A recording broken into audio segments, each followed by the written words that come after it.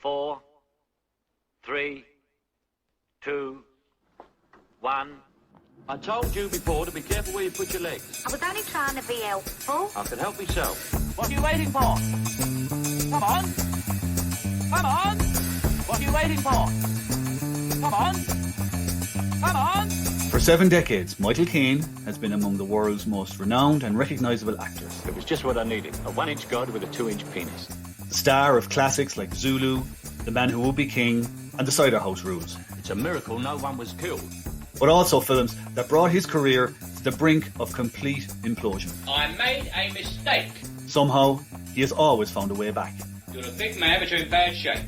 With me, it's a full-time job.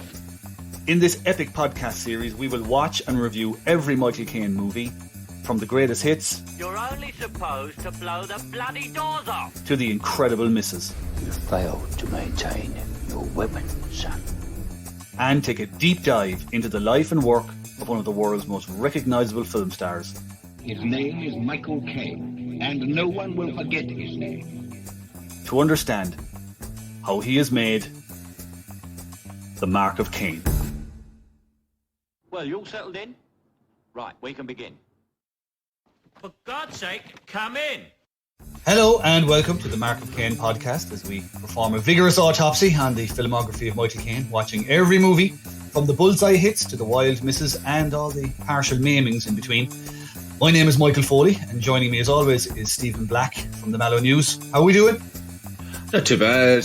Glad as ever to be involved in yet another autopsy. Thankfully, I've gotten past the rookie stage of, vomiting in the corner, much to the disgrace of the grizzled detective that he's been paired with. So, yeah. Yeah. We don't get lightheaded at the sight of a bad Caine movie. No. I'm at the stage now where I have a big ham sandwich that I'm with loads of cheese and mayonnaise that I'm just sloppily eating over the chest cavity, kind of going, what do you think, Doc? It's about the only thing. Comfort food is about the only thing that's getting us through some of these movies at this stage. So the last time we were sent into action like this, as we are today, to watch a Robert Louis Stevenson novel turned into a movie starring Caine, that was the wrong box, which I think left both of us quite shaken and like an idiot, like a complete idiot, right? After the glory of Get Carter, when we were totally spoiled by a brilliant movie, I was actually looking forward to this. Like, what kind of a fool am I, like? Yeah, at this stage, it's pretty much, we know what's going on in this relationship. We know we've hit a purple patch. He's off the booze. He said he's not going gambling anymore. All of a sudden, after a couple of weeks, you hear beep at the phone. You can see he's on the Petty Power app, just fucking placing reckless bets all over the place. All of a sudden, the bailiff's on your doorstep going, repossessing the house, missus. Yeah, and repossessing the career in this case. Yeah, so yeah, this is quite something.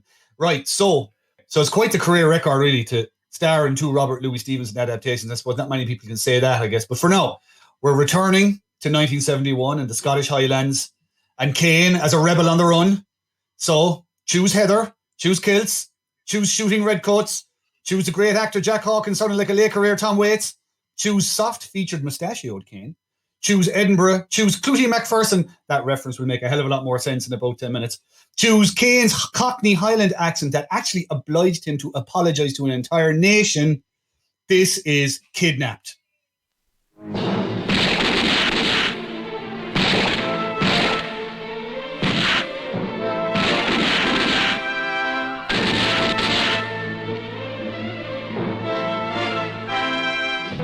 When I say run, you run. And when I say hide, you hide. For our lives will be like a hunted deer. Katrina, run! This way! Will you stand with me? I'm with you.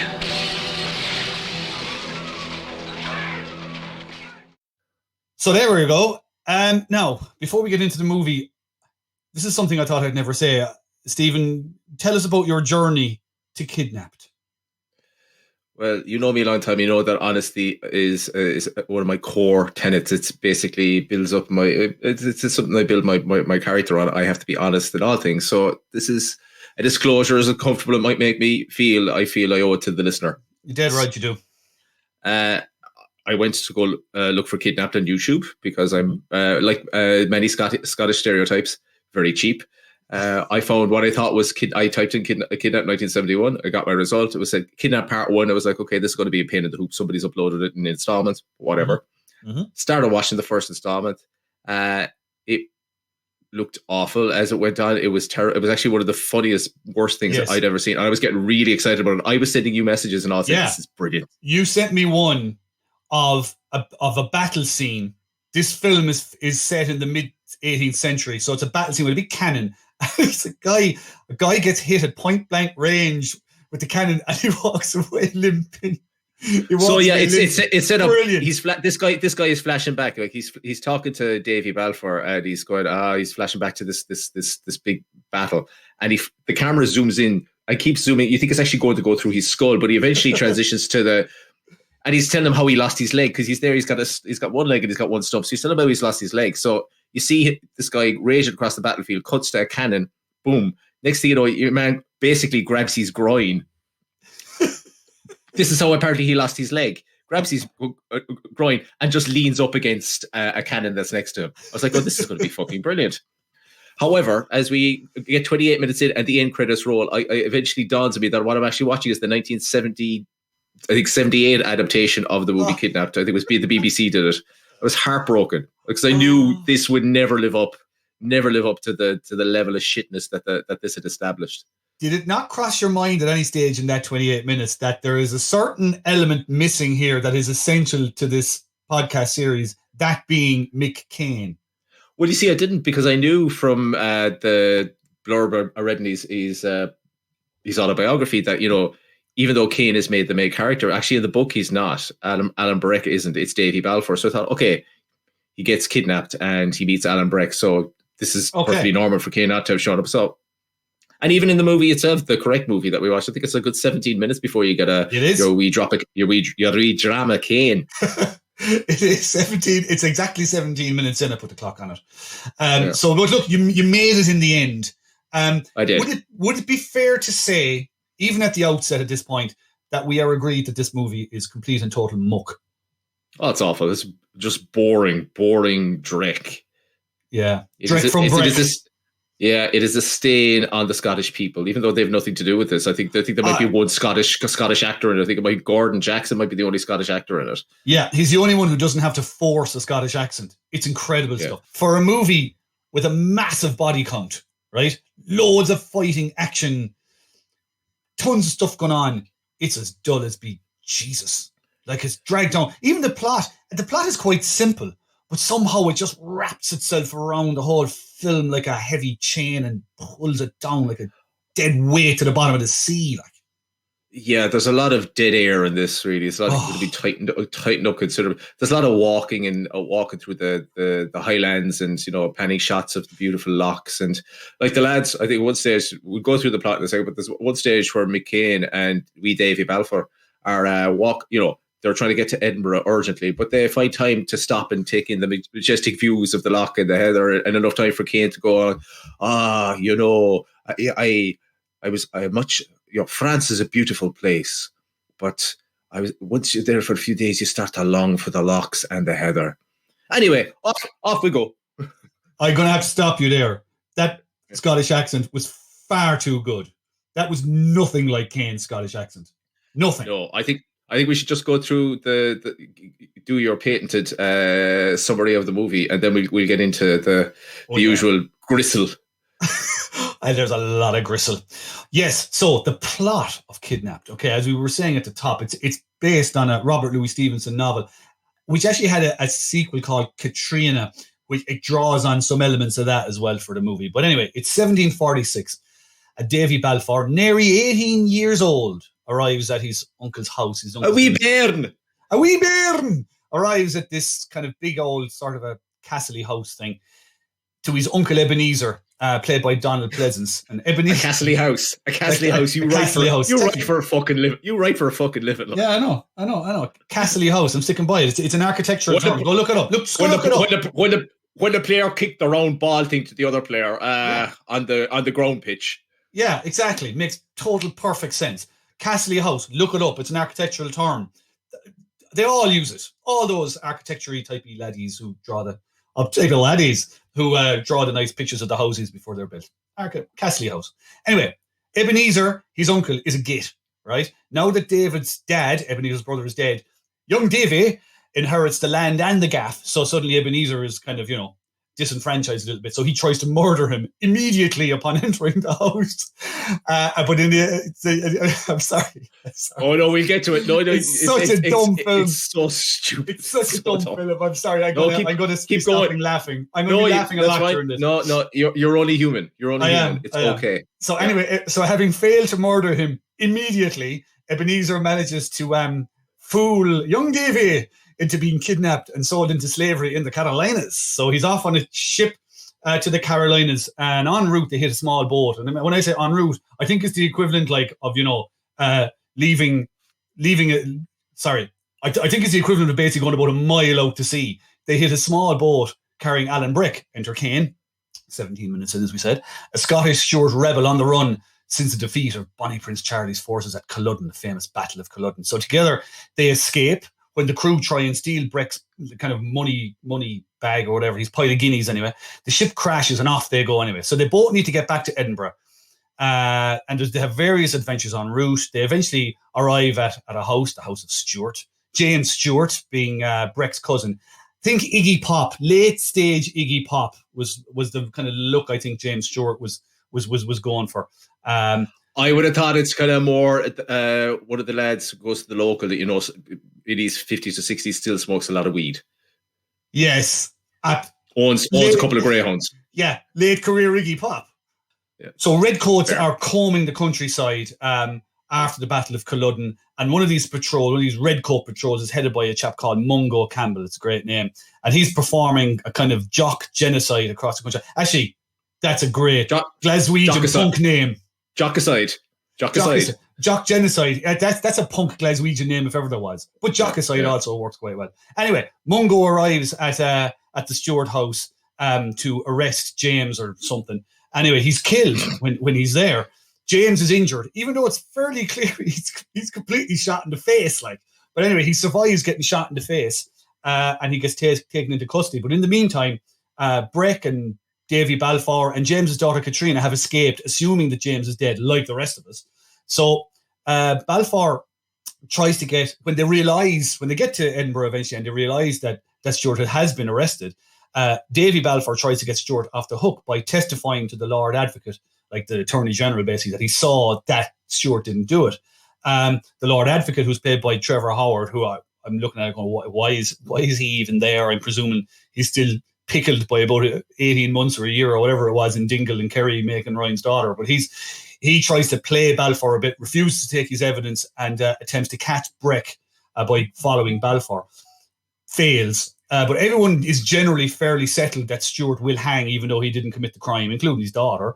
But there's this whole undercurrent of post-Culloden battle fatigue about whether Scotland should rise again, and Breck thinks they should. James Stewart says no. And it's kind of set up as Stuart the pragmatist versus the militant Breck, the Scottish rebel romantic, who thinks nothing of endangering a generation of Scots to get a fairly futile crack at the English again. So in a way, he's no worse than the bloodthirsty English, you see, imposing their ways and so on and so forth. At the very end of the film, Katrina visits Breck. Katrina, by the way, who's fallen for Davy Balfour somewhere along the way, that just happens. She visits Breck, who's preparing to slip away to France to start another rebellion, and convinces him, or tries to convince him, to reconsider this other rebellion. He gives a nice soliloquy about Heather and lochs and so on. And when Katrina leaves, something somewhere flicks in his head about the slaughter at Culloden, and he's imagining all this coming back, all these horrible memories from the battle. And it turns out that he also killed Mungo Campbell. So the film ends with Breck handing himself in at the castle and presumably freeing James Stewart as a result, even though we don't get to see this because the film ends. My guess, personally, is that they all get hanged. But that's it. Yeah. That's pretty much it. That's it. That's essentially the movie. Yeah. So where to start? Can we start first of all? So with the kind of in media res beginning with Wee Davy, you have the kind of the aftermath of the battle scene, a little bit like the start of Zulu. Yeah, they had me at that, by the way. Yeah. The opening scene is this battle of Culloden. And I mean, and as you know, I love a good battle scene. They had me at hello there. Or my wee bairn. Oh, the heather. The heather and the lochs, the loch heather, the heather lochlier. Oh, Yeah, they had me. So yeah, after this kind of general nonsense, we go straight to the House of Shaws. Apologies up front. Yes, we're aware of the hypocrisy of slagging Scottish accents and at the same time, demonstrating terrible Scottish accents ourselves. But yeah, okay. Rise of the House of Shaws. There's wee Davy Balfour banging the door. Out bangs Donald Pleasance, looking for all the world like the principal of a Christian Brothers school. Pointing a gun at him. First of all, I want to set this up in terms of Robert Louis Stevenson's plagiarism. He's got a character called Ebenezer, who's a miser. Yes. And this is years, this is like 40 years after Christmas Carol has been published. So, fucking Dickens's estate should have done him. I kind of do feel a little bit now as though you're invading from a different podcast, the Mark of Stevenson, going through every single Robert Louis Stevenson book and picking through it. So be careful where you go next. That's the only point I'm making. It's a bit on the nose to call your miserly character Ebenezer, even 40 years after. Anyway, as you say, the hilarious, like, you're not even 5 minutes in the movie. He's like, his long lost nephew's in there, told him that his brother has died.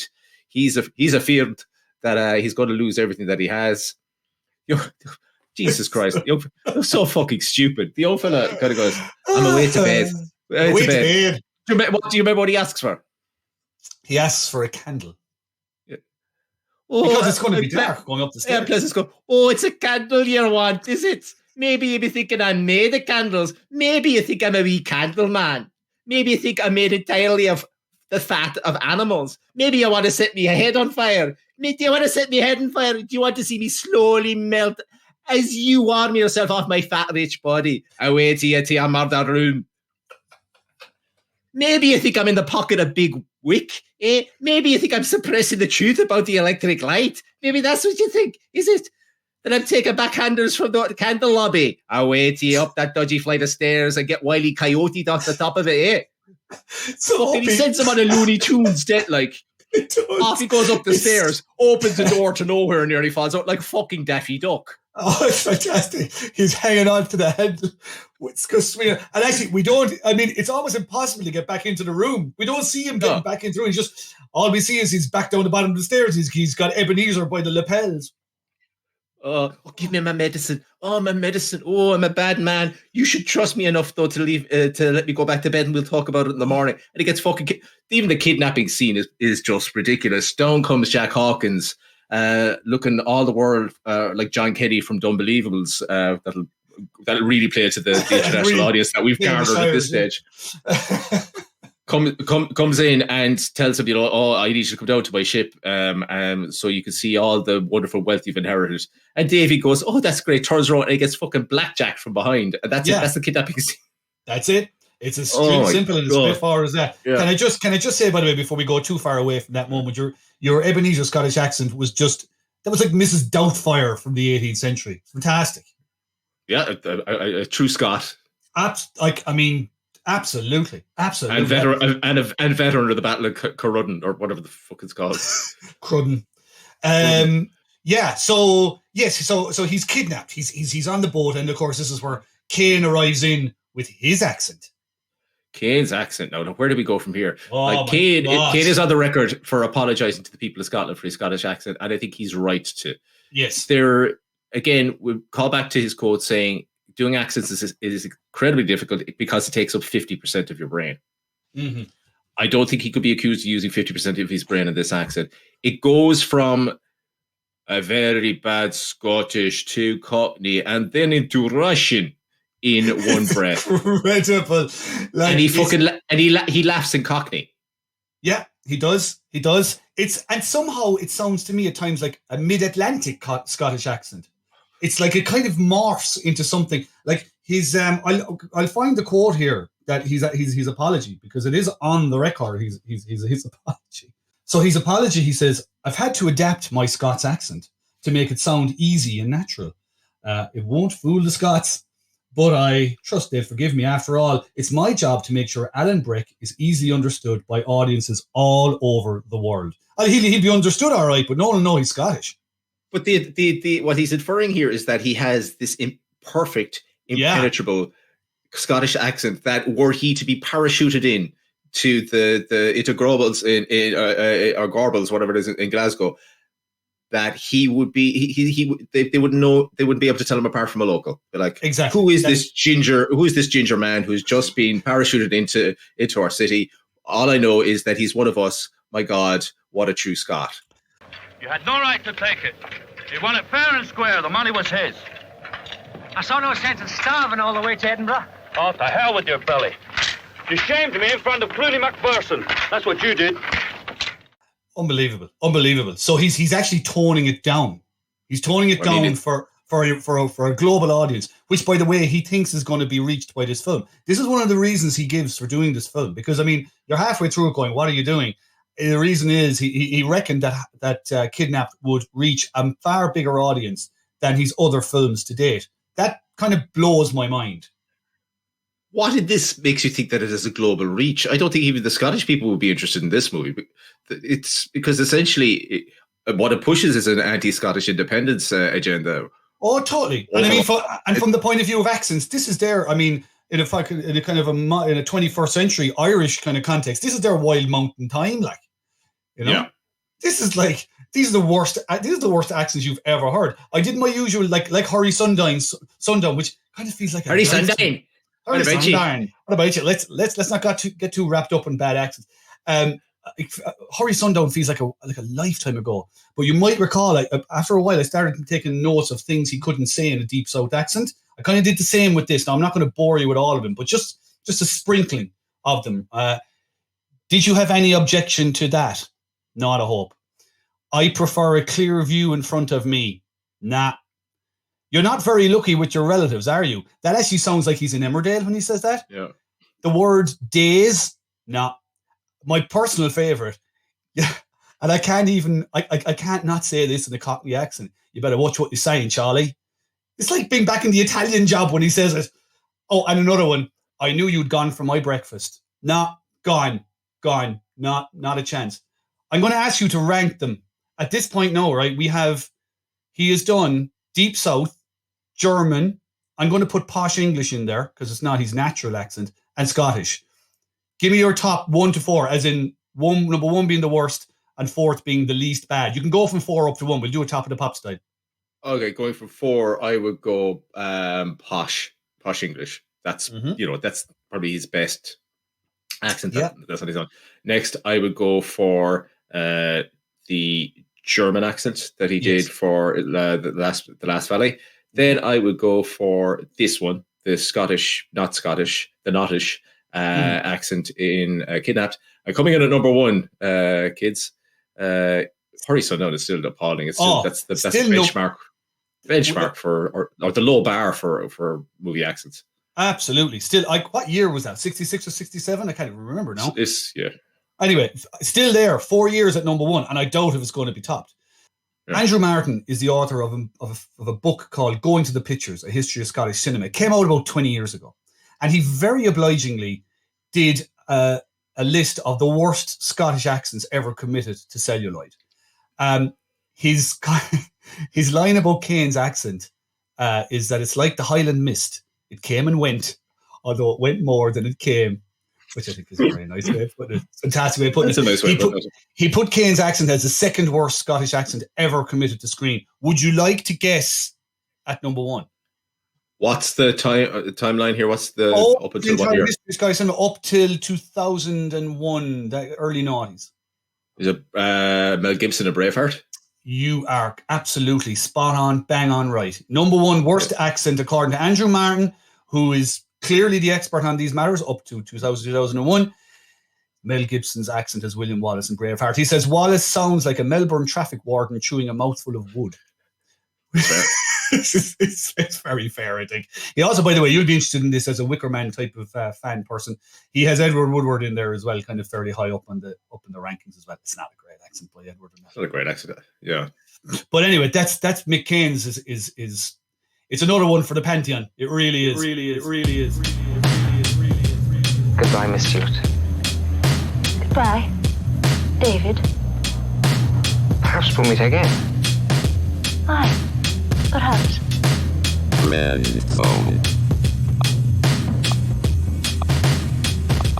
I'm in a friend zone.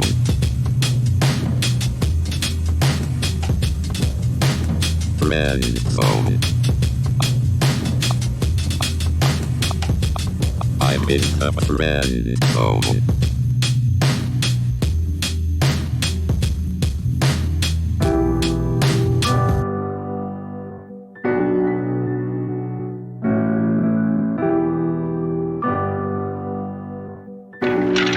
I've never heard anything like it.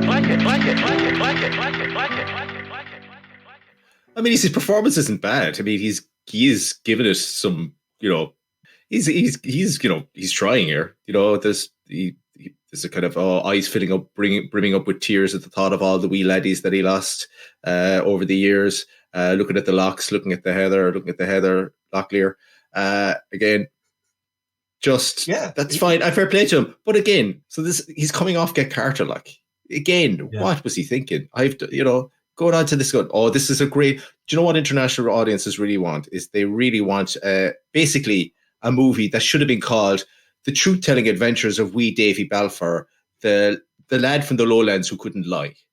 That's the fucking gist of this movie. Yeah. The fucking Caine on paper is the star here, but it's still kind of Davy Balfour's journey here. But all it is a fucking wet-eyed sop, fucking milksop who just fucking trudges his way like a fucking shortbread Bilbo Baggins across the fucking highlands and lowlands, and and refuses to tell a lie because my father told me you don't lie and you don't gamble. Fuck off, Davy. See, Mrs. Doubtfire's come back to us again. Yeah, it's like I didn't feel sympathy for Caine because he's now making these decisions. Clearly, this is a choice he made, right?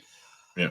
I cannot stress how much we loved Get Carter, and I cannot stress how much we loved his performance in Get Carter. And then you come to this, and he's playing opposite a completely limp lettuce leaf of a character played by Lawrence Douglas, who it's just god awful stuff. And like Jack Hawkins, God bless him, he's just not at it at this stage. If he's at the end of his career, he's not at it. Trevor Howard is fine as the Lord Advocate, he's fine. Gordon Jackson, he just plays at being Gordon. He's like a slightly more hyperactive version of himself from The Great Escape with the Scottish accent. Fine, not a bother. You're right. He gives it a good college try, but and considering the fact that he wasn't even fucking paid for this, that's another really interesting thing about this. This is the one movie that Caine does not speak about hardly at all because he didn't get paid for it. In fact, in his own words, I never got paid for it, so I refuse to discuss it. I'm a professional, and if I don't get paid, I don't talk about it. They made it when they didn't have the money to make it. I got a small percentage just so they would be able to release it, to get at least some money back on it. It was an absolute and utter disaster from beginning to end. He's described the film in another autobiography of his as a dud, which is correct. Yep. And he tries. Every scene he's in, he brings it up a bit, but it's just so pathetically awful. Really, you're fighting. Yeah, you're fighting. I thought the thing with this was that he did get paid, but he relinquished his fee in order to get the money. Give them the money to get the that was it. Exactly. They were broke, so he waived his fee initially to get the movie made, but he never actually got. He never got any money back on it, and it's just. You can see it. The movie just plods along. Who are we talking about here? I mentioned Clooney McPherson at the top. He's to me. Clooney McPherson. To me, he was like, look, I'll leave it to you. You tell us about Clooney McPherson. Clooney McPherson is a character, the rebel. I think they meet during the movie and they spend the night in his cave along with his friends. But the performance that sounds very erotic, I have to say. And would have made for a far more interesting movie. But it's a bizarre, again, going back to accents and performance. It's an accent and performance. It's a decision by the actor to basically put in what we were calling the Scottbot 3000. Yeah, I would talk like this. And now, would you like to be playing at the cards? I do love the gambling. Please don't insult my proud Scottish heritage. Running low on porridge. Porridge levels are low. Heather. Yeah, it reminded it struck me a little bit as also there was a touch of Transylvania in there, bizarrely. So it was a touch of Count MacDracula as well. Yeah, it was just weird. Incredible. And in the middle of all this, of course, you have wee Davy Balfour. he had a big problem with gambling. And again, why did they make this part of the movie? He's a whole thing about gambling. And of course, Clooney is appalled at this. It's not like fuck. It was Robert Louis Stevenson, or like a Presbyterian or something that was really anti-gambling, or a Quaker or something, and this is something that he really wanted to get through in his literature or something. I have no idea, because it seems a bizarre choice. I don't care. They had the opportunity to cut that bit out if that was in the book. It's like, why are we going on about gambling? Lawrence Douglas does a reverse Caine. He starts out in movies, and I think his next gig is a cameo in Dixon the Dock Green. He was the casualty of its day. He was in the Oneiden line, I think, for a long number of years as well, which was a very popular period drama series on the BBC as well. So, I mean, he had a career, but I mean, in this, it's just a god awful performance, and it's a god awful everything. You know, you referred to it during your plot summary there that there is a kind of a love angle or between him and Katrina, that like there's a kind of they fall in love, but there's, Jesus Christ, you see more sexual chemistry between a fucking microwave and a sweeping brush, they're just, because Jesus, God bless Davy, you would never understand why anyone would fall in love with him. I think his father probably just died of boredom. Oh God, oh no, Davy, if you could just put the pillow over my face and just press as much on it, Davy, because God, I'll be honest with you, I cannot fucking stand you no more. You're so boring. Yeah, touch of Billy Connolly, kind of Billy Doubtfire, I think that time. I actually think his dad faked his own death just to kind of get him out of the house. Yeah, they should have cut at some stage your man in the French Riviera, just an arm around a couple of girls. Kind of rebellion! What rebellion? I mean, that's more Billy Connolly. So one last question for you. Unless, I mean, by all means, if there's other things you want to touch on. I just want to refer quickly to Mungo Campbell, just for Terry Richards, the swordsman in Raiders of the Lost Ark. That's all I wanted to have on the record here. I never caught that. Yeah, there you go. There's your fucking fact now for you. Wow, you've just blown my mind. So he's this when you did a swordsman, he's the guy who's doing all the fancy dancing in the marketplace. And kind of diarrhea-ridden Harrison Ford makes the editorial decision to shoot him rather than engage in a sword fight. One of the greatest film anecdotes I've ever heard. Yeah. He's so sick. He's like, I'm not doing this big soul sword thing. I'm just going to turn around and shoot him. And it's like one of the best bits. Wow. So he's Mungo. He's Mungo. Wow. Yeah. Mongo in Blazing Saddles, isn't it? Not Mungo. As I said, one last question for you. Caine and his equestrian adventures. Like, there's just basically only really kind of maybe one or two scenes with him apparently on a horse. What I noticed actually in this film is he looks very tall in this, whereas when he's getting on the horse, again, it's that classic kind of stuntman thing. He's not that tall on the horse. I'm presuming it's not Caine on the horse. What did you think? I'm assuming it's not Caine on the horse either. Yeah, I think even key to one of the scenes is like he lets wee Davy ride the horse while he holds rather romantically on behind him. Actually, there's more chemistry between wee Davy and Alan Breck in this than there is between him and Katrina. That would have been a more interesting film. Listen, the only romance in this is the long lingering looks from Caine to young Davy, because Caine, actually, I think he's quite soft featured in this, quite got early 70s porn star moustache going on as well, and also then obviously his love affair with the Lochs and the Heather as well. There's a piece at the very end, actually. We don't want to dwell on this now, but there's a piece at the end where he's about to have this flashback to Culloden and all this, and he's looking across the Lochs, and he just starts twitching around the place like he's having a nervous reaction to something he's just eaten. It's like his head just starts to kind of jerk about the place looking across, It's PTSD. He's displaying the symptoms of PTSD as he's about to flash back to the horrific moments that have shaped the man that he's become. Wow. Maybe that's a nod to maybe that's a nod to Vietnam. I'm going to stop there now. Yes, nothing much else to say here, apart from the fact that Caine gave up smoking in 1971, the same year as Kidnapped. Do you know this story? Do you know this story? I do, but I mean, I'll let you tell it. Thanks. In fairness, you've completely blown me out of the water with your Raiders of the Lost Ark swordsman / Mungo Campbell connection story. So this is really just trotting in after that. But yeah, he was at a party in Mayfair in 1971. This is around the time he met Shakira as well. So there's a lot of changes going on in his life in terms of his kind of partying and so on and so forth. But he was a man who smoked a lot of cigarettes. He was standing anyway by the fireplace chatting to some guy, and he was just finishing one cigarette and lighting the next one with the butt of the one he was just finishing when he felt someone take the cigarette packet from his pocket and throw it on the fire, and he looked back and it was Who was it? But Tony Curtis. Actually, the more I think about this is a complete classic Caine anecdote, isn't it? It's a crock of shit. Yeah, it's a crock of shit. Well, he's told it a couple of times, so I don't know. Turns around, goes, "What the hell are you doing?" He doesn't know Tony Curtis at this way. He's never met him before. Tony Curtis gives him this big long spiel about the dangers of smoking. He says, "You're going to kill yourself if you carry on like an idiot like this." So Caine is so taken by this clinical kind of explanation of the dangers of smoking that he never smokes again. But he does take up cigars. And at that point, he's smoking cigars. And then at some point later on in his life, he meets Yul Brynner. And he lights up a cigar and offers one to Yul and says, Yul says, "Now you're grand. I've got lung cancer. I'm going to die in 2 months," which is a bit of a mood killer. So Caine stubs out the cigar and Yul says, no, you're grand. It's too late for me type thing. But it forces... I'd just like to say... I just kind of make a very awkward situation there. I think Yul Brynner really should have gone, well, I don't want to make him feel awkward. I've only got 2 months left. I might as well take the cigar. What harm is it going to do? Listen, we can't judge decisions in that scenario, but that was certainly an option open to Yul. I would agree with you. Yeah. But he gave up the old cigars anyway for a while after that. Then he went back on him. Then in 2003, this is such a classic Caine anecdote. It's a 3-parter across about 4 decades. He sees Hurricane Higgins, Alex Hurricane Higgins, the great snooker player, on TV with a little voice box thing to help him speak, suffering from the ravages of cancer. It looks terrible, and decides, you know what, I'm stopping smoking entirely. So from 1971 up to 2003, it took him that long to give up the fags and the cigars. But fair play, he got there in the end. Fair play, Michael. Yeah, and learned a couple of life lessons along the way, as in every single Caine anecdote we have ever told.